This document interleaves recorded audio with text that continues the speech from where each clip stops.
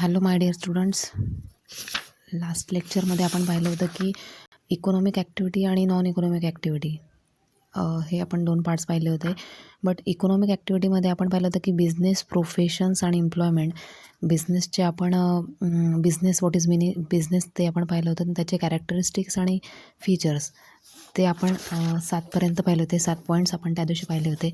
त्यानंतर बिझनेसमध्ये होता 8 point uncertain returns, element of risk आणि कस्टमर सॅटिस्फॅक्शन हे आपण त्या दिवशी पाहिलेलं होतं. आता आपण पाहणार आहोत profession. What is profession? Profession is that part of economic activities under which a person uses his educational knowledge and special skill to render services for earning some income, that is doctor, lawyers and chartered accountant etc. Profession हा economic ॲक्टिव्हिटीचा एक parts आहे. But प्रोफेशनमध्ये जे profession पेशा आपण म्हणू शकतो, ज्याच्यामध्ये आहे डॉक्टर्स आहे, लॉयर्स आहे, चार्टर्ड अकाउंटंट आहे. बट हे जे लोक आहेत, ह्या लोकांचं प्रोफेशनली काम काय असतं की सर्व्हिस देणं कोणाला, तर लोकांना, आपल्यासारख्या सामान्य लोकांना. बट त्यामागे त्यांचं मेन एम काय असतं की त्या बदल्यात त्यांना त्यांची फीज हवी असते. फीज म्हणू आपण, चार्जेस आपल्याला त्यांना पेड करावे लागतात.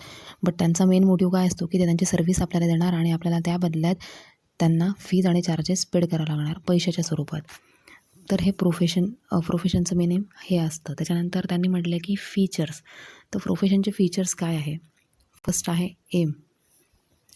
Every profession is practised for earning money. Also they render services to their clients and solve their problems. M.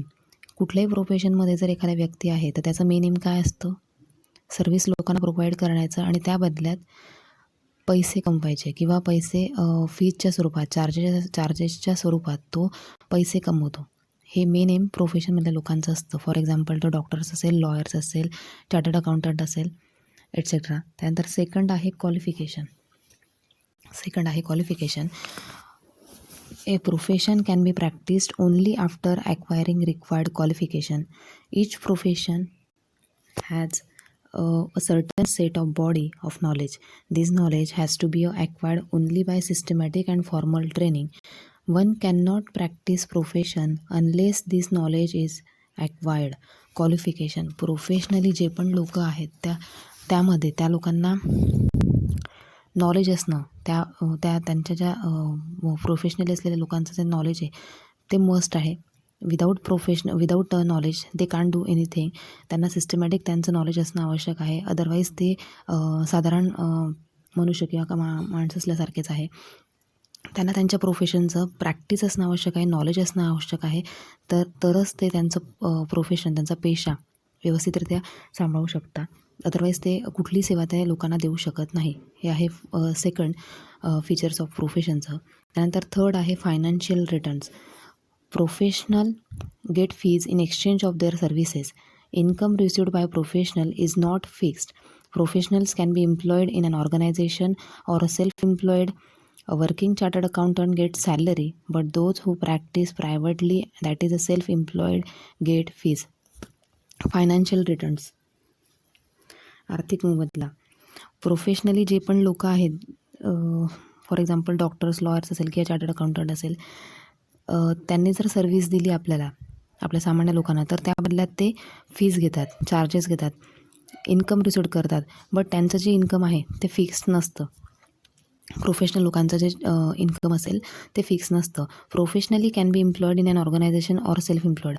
Professionally जर व्यक्ती असेल, जर तो एखाद्या ऑर्गनायझेशनमध्ये काम करतो आहे, तर त्याला तिथे सॅलरी फिक्स्ड असेल. पण जर तो सेल्फ एम्प्लॉयड असेल तर त्याचं जे उत्पन्न आहे ते डिपेंड करतं त्याच्या फीजवर, त्याच्या चार्जेसवर. For example a working chartered accountant get salary, but those who practise privately, that is a self employed get fees. जर चार्टर्ड अकाउंटंट जर एखाद्या ऑर्गनायझेशनमध्ये काम करतो तर त्या बदल्यात त्याला सॅलरी मिळते.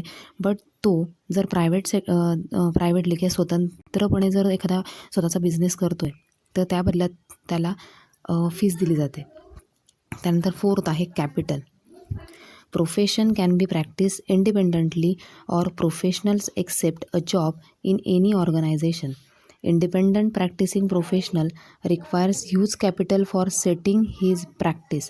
It differs from profession to profession. Capital, भांडवल.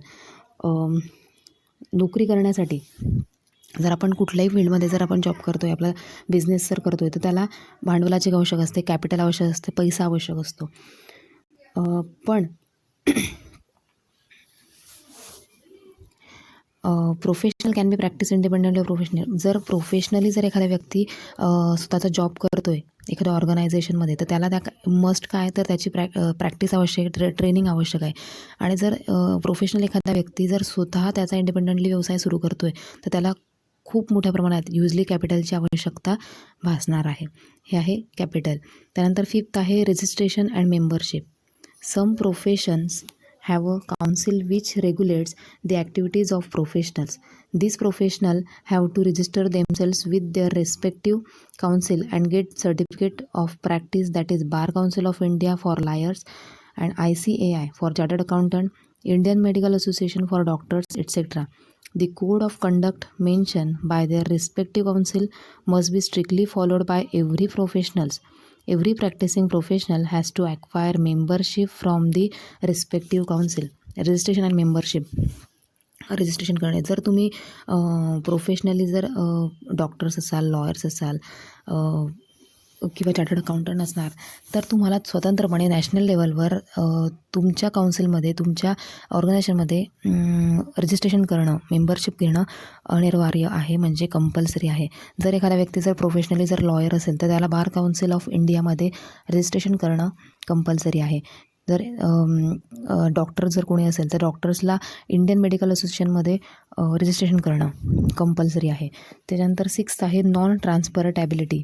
Profession can not be transfer to other person on the wheel of professional. For example, a doctor cannot transfer his medical practice to his son or daughter who has not completed concerned medical education. Non transferability. Professionally जर तुम्ही doctor आहात, तर तुम्ही तुमचा जो profession आहे तो तुमच्या मुलाला किंवा मुलीला ट्रान्सफर नाही करू शकत. ते जर ह्या फील्डमध्ये नाहीच आहे, ते जर प्रोफेशनली डॉक्टर किंवा नाहीच आहे, तर तुम्ही तुमचा स्वतःचा व्यवसाय अशा कुठल्याही व्यक्तीला ट्रान्सफर. प्रोफेशनली जर तो व्यक्ती जर डॉक्टर नाही आहेत, तर आपण त्याला आपला जो व्यवसाय, आपला जो प्रोफेशनली आपण जे आहोत, ते त्याला आपण ट्रान्सफर नाही करू शकत. त्यानंतर 7th लास्ट पॉईंट आहे nature of work. Professionals charges fees in exchange of expert services, that is an architect designs the layout of office for fees. Professional लोक जे आपल्याला जे सर्व्हिस देतात, त्याच्या बदल्यात ते आपल्याकडनं चार्जेस किंवा फीज घेतात. For example, an architect designs the layout of office for fees. एखादा आर्किटेक्ट जर आपल्याला आपल्या ऑफिस जर आपल्याला जर डिझाईन दाखवतो आहे किंवा पेड करतो आहे, तर त्याच्या बदल्यात तो आपल्याकडनं काय घेईल? फीज घेईल. म्हणून प्रोफेशनल लोक जे जर त्यांची जर आपल्याला सर्व्हिस प्रोव्हाइड करत असेल, तर त्या बदल्यात ते आपल्याकडनं फीज नक्कीच घेतात. हे 7 पॉईंट्स आहे प्रोफेशनचे, जे आपण आता पाहिलेत. त्यानंतर पुढचा पॉईंट्स आपण पाहणार आहोत एम्प्लॉयमेंट.